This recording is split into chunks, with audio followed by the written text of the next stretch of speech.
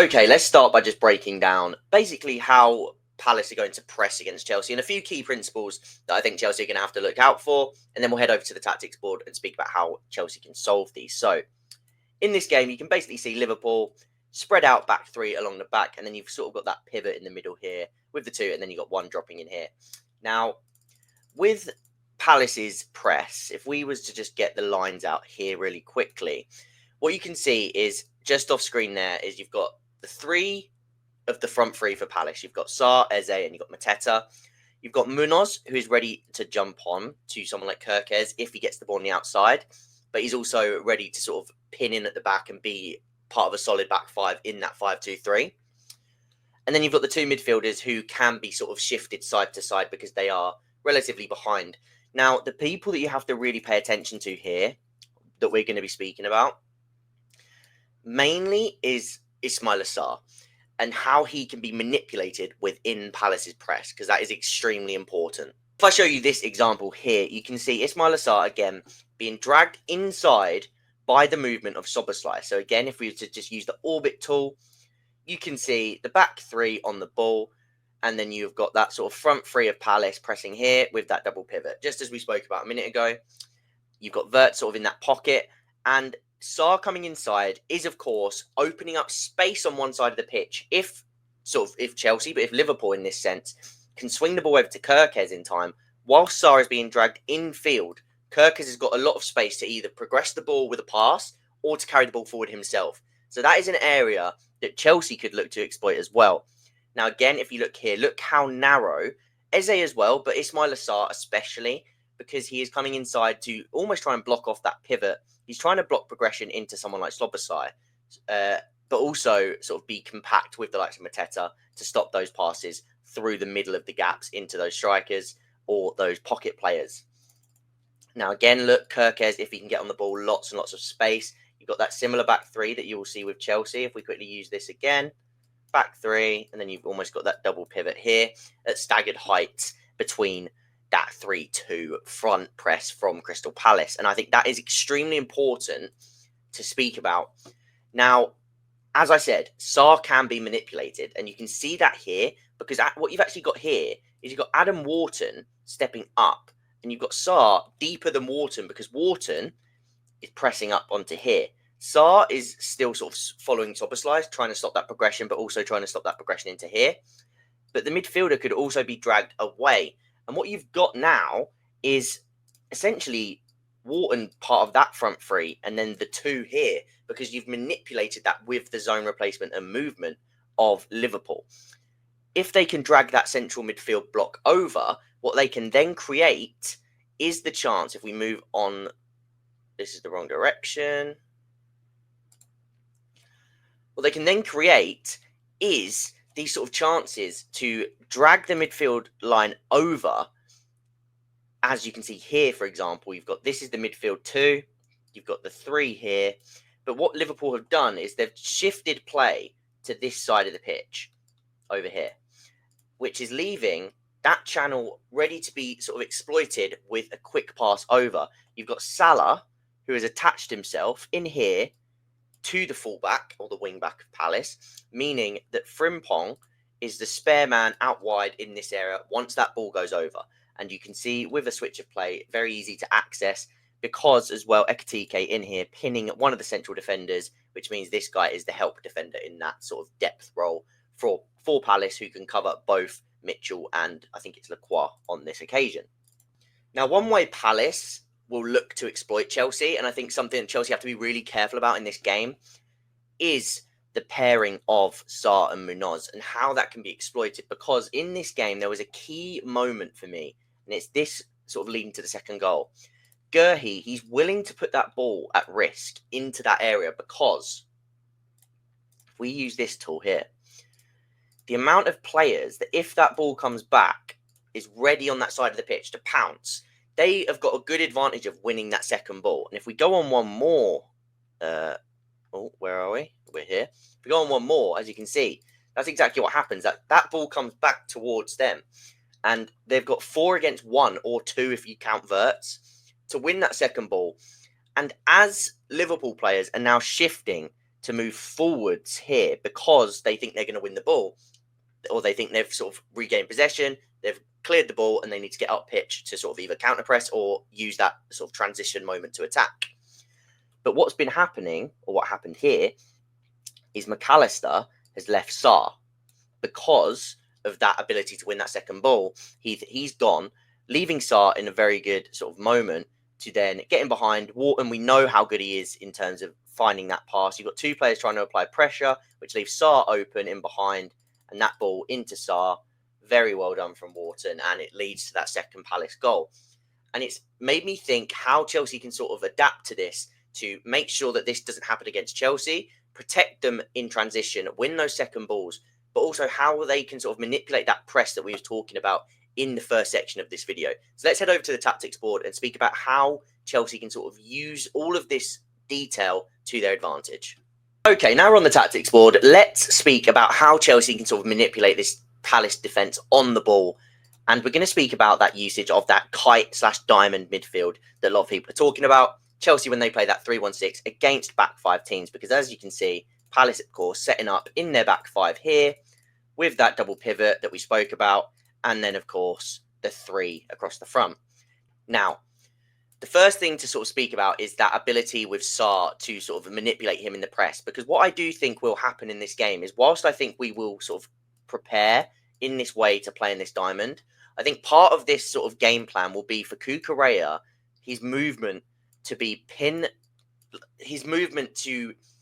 himself to Sarr early on, so that when he does then move up into that pocket, Sarr is sort of left between the two and he doesn't know where to go. Now, he's got that moment of indecision. Sometimes he's going to follow Cucurella because that's sort of within that sort of structure that Cucurella is attaching. He drives him over here. So naturally, Sarr thinks he has to go with him. And that will create a big disparity, not only between these two players, but also in terms of finding that access to central areas, which is something to speak about. Now, of course, if he doesn't go, then Cucurella is technically free in the hole. And that also then means that the defender has to jump on, or this player has to sort of pull over. So it's these moments that I think with Cucurella coming in from left back into those pocket areas that Chelsea can find those little gaps with someone like Ismaila Sarr being exploited with how he has to sort of mark this position. Now, in terms of on the ball, one thing I wouldn't be surprised to see, and I would be surprised in the sense of, do I think Maresca has the confidence in them yet? No, I don't. But instead of Chalobah, what I think would be really clever, if you trust either one of them at this point to play in this role, is to either play Joshua Chempong, which I think is actually a little bit more likely because he's played a little bit more in this role, or someone that we don't even have on screen right now, I've just realised,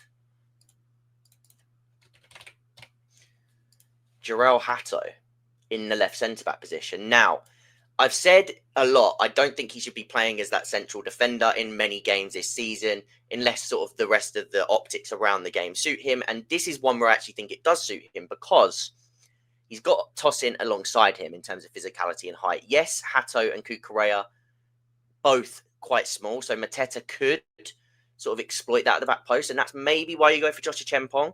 But the point is that by having a player like this in this area of the pitch, that when this player gets dragged away, as we spoke about earlier with Kerkez, this space to drive into is going to open up massively, especially with Gittins or whoever plays on the left, pinning that fullback, that wing back to that position. Cucurella playing between these two players here. I think this player being able to carry the ball is going to be really, really important with how we sort of manipulate that side of the pitch with Cucurella going into the pocket. So I do think that if, like, yes, Joshua Chempong is brilliant at it. Hato is the left footer, so it's natural. Chalobah has this in his locker as well, so I wouldn't be surprised if he just goes for Chalobah for sort of consistency. But the only difference is again, like, do I think that Chalobah's a little bit better at it from the right side?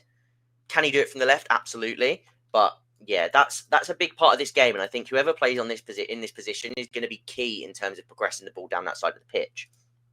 Now, the other thing I wanted to mention in terms of how you can sort of manipulate this line, again, is Cucurella, and he is going to be key in this game for me, because not only is he key in the progression side of the game, but he's also key in terms of how Chelsea can attack this sort of team and how they can get at them, because as we spoke about, this midfield can be manipulated. And I think if Chelsea look to play more towards the right-hand side of the pitch, again, dragging these players over, Sarr coming back a little bit, these two players here, if Sarr's between the two, let's say he's sort of in here, and the pivot, you have one coming over to Enzo Fernandez to apply pressure, and you have one in here on Cole Palmer, and everybody sort of shuffles over, because that is naturally what a defensive line will do. It will shuffle, shuffle, shuffle all the way over. What you actually then have, if Pedro puts himself on that sort of wide defender, pins himself on that left side of the pitch, is I think you can find some really good positions with Cucurella making deep runs off the back of Ismaila Sarr so that he's not marked into this area with good efficiency, because you're going to have this wing back who is sort of taken up by the idea of somebody arriving at the back post. You're going to have Pedro pinning here, or at least playing between the two, so that he's got not only this player with his back to him, because again, if the ball is on this side of the pitch, then this player is going to be facing this way. So the only player that will have eyes on Pedro in terms of looking at the back of his shirt is this player here. And if this player is dragged here and this player is dragged here, then that gives Cucurella a lot of space to exploit between those lines. So I do think Cucurella will be key when it comes to manipulating that back five and exploiting the spaces that you can open up by doing so. Of course, the question sort of for Palace will be, how can they effectively cover those pocket players in terms of, can they do it with their wing players like Eze and Sarr, or can they have really timely jumps from their centre-backs? Chris Richards, he is someone that likes to sort of jump and be aggressive in this area, which could cause a little bit of a drift and allow someone like Gittins to get in behind. So that's another thing to watch out for, because he is the more jumpy defender, I would say, in this back five. So that is sort of where I'm at in terms of in possession. Let's move into the press now. Now, this is what I think the press could look like against Crystal Palace, because if they're to set up in this back three, I think Chelsea, and imagine this is Munoz, like I said, in terms of how they're going to try and play direct into this Munoz and Sarr partnership. The reason I think that the left back will, or the left winger, will have to cover Munoz and be really sort of effective in tracking them, is so that Cucurella can stay on Ismaila Sarr, and we don't end up with that McAllister sort of situation where he sort of follows out and allows Ismaila Sarr to break in behind. So I think that having Cucurella on Sarr and James on Eze is really what you want to do in this game. You really want to have your fullbacks on your wingers, as simple as that may sound. Neto, I think, will play in a bit of a hybrid role between pressing that fullback and then pressing Mitchell, who's pressing that wide centre-back, and then sort of having to jump onto Tyreek Mitchell behind him if need be. Again, James can jump into here and Tosin can jump into here to go man-to-man at times if you need. But you've also then got Caicedo, who's sort of ready to apply pressure whenever somebody needs to jump. So again, you've got Palmer in a bit of a dual role. He will probably stay more so in this. So it'll look a little bit lopsided, and this will be the spare man. And then all of a sudden, Palmer has to jump to here. Caicedo is the one that has to sort of make up that ground here. So his positioning sort of, and his distancing between all of these positions, and ability to not only cover and sort of jump to here, but also to protect sort of these areas and win second balls, because especially with someone like Mateta, if he's winning those sort of first balls, then it's important that Caicedo can come in from behind and sweep those up. So I do think the press will actually be really interesting in this game. If we just put Palmer back to here, and I do think it'll be something like this. One thing to point out is Neto is probably more trustworthy to do the job on Munoz. So if you put Neto here, all of a sudden on the right, is there an opening to start Esteval in this game? Because not only will he provide threat and really sort of take the game to them, I think, on that side of the pitch against someone like Tyreek Mitchell, and of course this will be probably Mark Gurhey, but he's also sort of, he can do this role where he's sort of hybrid presses. He's really intelligent for his age, and this would allow Neto to go over on this side and do a similar job on Munoz as he did with Hakimi on that left-hand side against PSG. So this could be something, in my opinion, that is on Maresca's mind. I do think we're more likely to see this with Neto and Gittins, as we saw the other day, because I do think Gittins, he is good enough defensively to do this role. But I wouldn't be surprised if the roles were reversed and you had Neto on that left and Esteval on the right. It would not shock me beyond belief.